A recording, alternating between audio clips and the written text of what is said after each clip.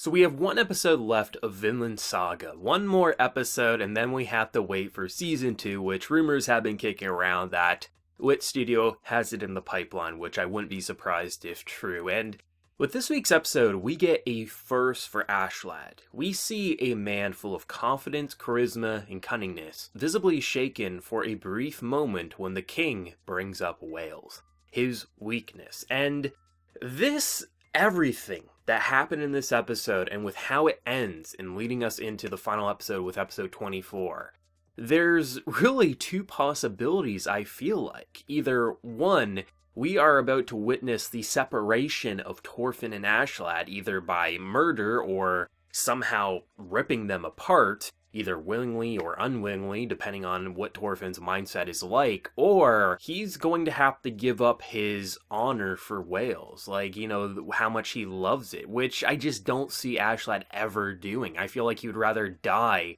than bend over, because the one thing that he cherished is what his mother always craved and the things that she loved. And whatever happens, it's going to be amazing 100%. And to just really see what this episode was representing, with Thorfinn kind of waking up and realizing that maybe revenge isn't what he's after, but really he's after Vinland, the thing that his father was always talking about, this mysterious land where there is no conflict. It's just great harvest. It's beautiful. It's peace. It's isolation. And then you have the thing holding him down, which is Askeladd.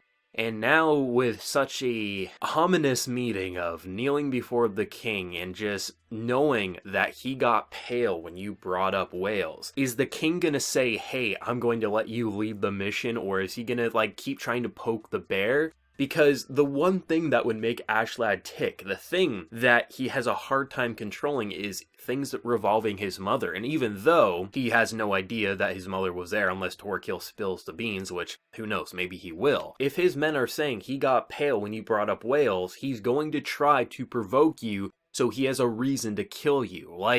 There is so many ways that this could implode in Askeladd's face. And even though he's my favorite character, should they pursue that, I would be totally fine with that, because it would be amazing progression for someone like Thorfinn. And this episode, once again, just bringing their A game in terms of emotion. Actually, about half of this episode was silence. There actually wasn't music for a good half of the episode. And not 10 minutes straight, but if you take all the minutes throughout the episode, there's a good 10 minutes of silence. And that was so creepy and brilliant in terms of the direction. When the prince and the king walk into the throne room, it's just silence. You feel the presence, you feel like something is off, or you just have so many moments with just internal thought and monologue. It just felt so eerie and so atmospheric to know that at any moment something could explode and our characters could die here. That is how you know when to, remove your music, and you know when to actually add it onto a scene. As most of the music that was in this episode, it was pretty soft piano score, simple things to set the mood.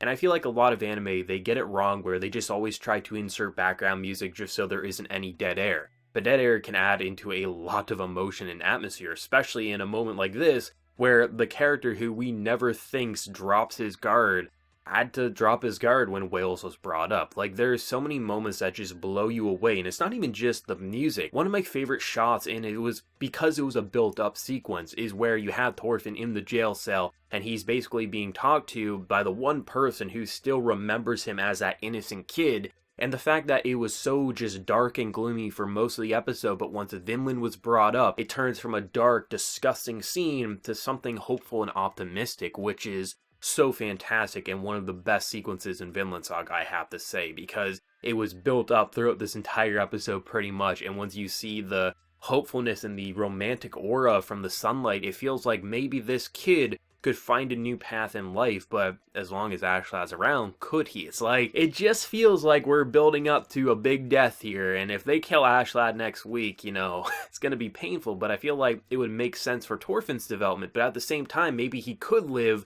and Thorfinn would separate himself willingly. But at the same time, just with everything that has happened, I feel like as long as these two know one another are alive, they're kind of inseparable. But I mean, it's whatever happens is gonna be amazing. It's Vinland Saga. They can do anything and I'm going to love it even if it hurts me, and that's kind of an amazing feeling. I just feel like the idea of just banquets and just rulers kind of discussing political matters it generally doesn't come across as interesting as I like it. Not because, politics can be boring. Like, I love politics, I love reading about it, I love political stories. But a lot of times authors don't know how to write politics. So what ends up happening is just like a lot of political speech, but not a lot actually happening. But when you have a king addressing the room and saying what's going to happen, and you have the whispers in the background of like, ooh, are the rumors true? No, it can't be true if he's doing this. He's giving him the best land, but maybe that's why he's doing it, because the rumors are true, right? There's everything that's happening here, and both of these characters, the king and Askeladd,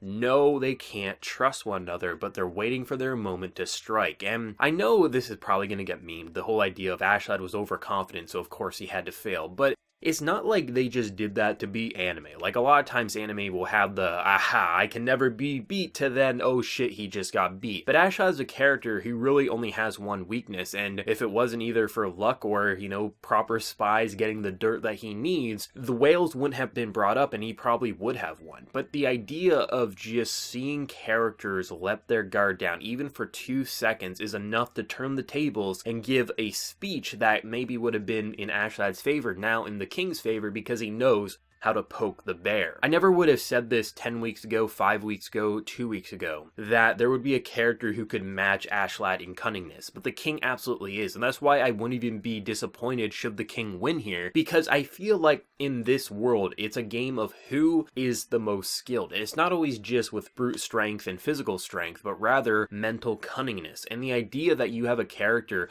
who maybe just by himself isn't enough to defeat someone like Askeladd, but has surrounded himself by people that he trusts or believes can make up for the shortcomings that he does have as a leader, shows his worth and why this old sickly man has ruled for as long as he did, because he isn't an idiot, he isn't a fool, and he knows when to trust on people when he's basically out of his league. And like, to just see everything surrounding that dialogue is so fantastic, and the fact that it wasn't even just that courtroom scene, but we get so much with Thorfinn as well. It just is kind of the icing on the cake as we lead into that last episode to conclude what is considered to be the prologue. I think it would have been really easy to have a scene with Thorfinn just kind of doubting what it is he wants to do, have a character from his past come up and just immediately change him, but I felt like the way they directed it, to have the person who's been basically your entire reason for existence, to wanting to kill him, shatter your world, and say that you've been nothing but an angry child and you could never be what I did, as I killed my father, I killed the person who I hated, where you couldn't do this after 10 years. It's an understandable reason why he's so shaken,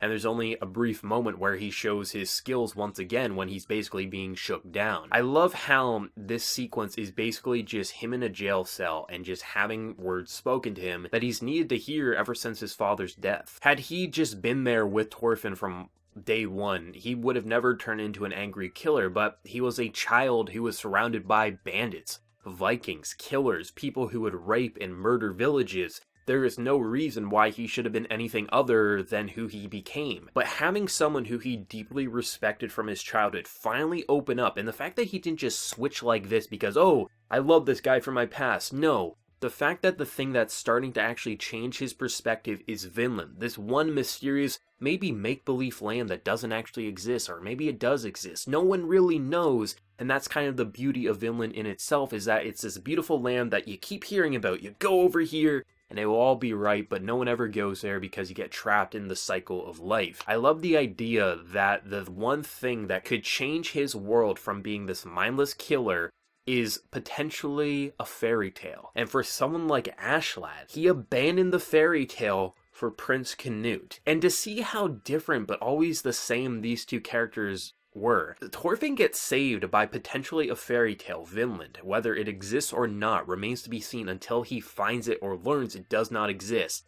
And if Askeladd dies because he decided to abandon the fairy tale and follow something real, that would be like one of the craziest and most like rewarding and disappointing but perfect ways to conclude their arc. And I don't know if that's the direction they're going, but I gotta say, the way they're setting it up, should they go there or not, like, it's going to be incredible. And my mind is just, I love this. I love this anime so much. And like, just ignoring how good the production has been, Wit Studio has had a pretty healthy production cycle for this anime overall. Much different than like something like Attack on Titan, where they pretty much had to kill themselves to make it. I love how the material just lends itself so naturally to the world that is anime, and it feels so spectacular to both be able to speculate, being like, I think this is where it's going to go, but I also think it could go over here, and say both of these routes make so much sense, and should they go a completely different route that I couldn't even predict, I would still love it and eat it all up. Vinland Saga was designed since day one to be bigger than one character, one story, and one perspective, so no matter what they do, who they kill off, who they let live, and what stories and angles they decide to pursue,